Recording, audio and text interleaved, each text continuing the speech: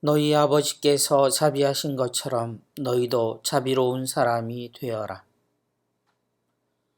예수님이 우리에게 오셔서 늘 강조하셨던 것은 우리가 상상할 수 없었던 가치였습니다.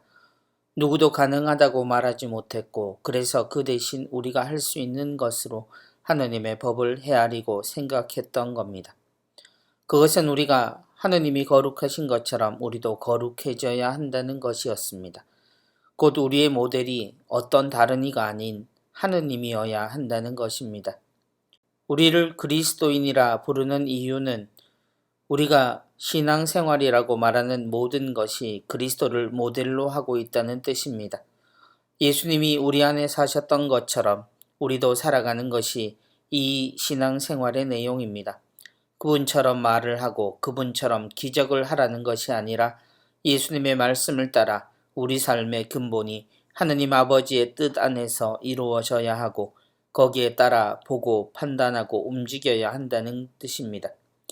오늘 예수님은 우리에게 자비를 이야기하시면서 또다시 아버지 하느님처럼이라는 표현을 하십니다. 너희 아버지께서 자비하신 것처럼 너희도 자비로운 사람이 되어라. 이 자비의 내용 안에 등장하는 작은 주제들은 심판, 단죄, 용서입니다. 심판과 단죄는 우리가 피해야 할 것이고 용서는 우리가 실천해야 할 가치로 소개됩니다. 그리고 하느님 아버지가 우리를 대하시는 것처럼 이 일을 행하라고 말씀하십니다.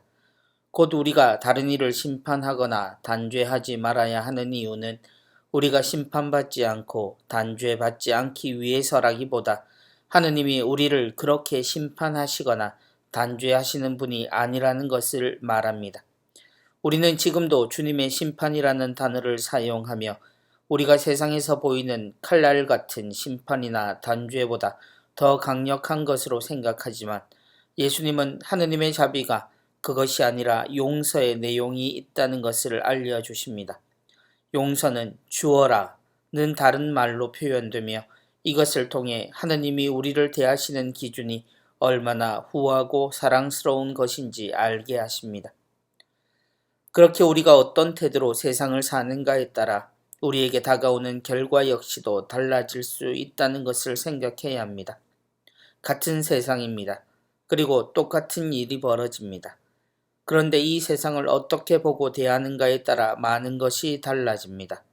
사실 하나의 판단과 실천이 달라짐에 따라 세상은 수만 가지의 모습을 드러냅니다. 우리는 하느님이 세상을 만드셨음을 알고 살아가는 사람들입니다. 우리가 누구를 닮은 것인지 깨달았다면 꼭 그 아버지를 닮은 자녀로 살아야 합니다. 우리는 누구처럼이 아니라 아버지 하느님과 같은 사람이 되어야 합니다. 그것이 우리가 살아가는 근본이고 방법이며 내용이어야 합니다. 우리는 그것을 세상에 보여주신 예수 그리스도의 모든 것을 닮을 수 있어야 합니다. 주님께서 우리에게 주신 가장 큰 가르침은 다름 아닌 용서였으며 그 용서는 부활이라는 후한 몫으로 다시 세상에 드러났습니다.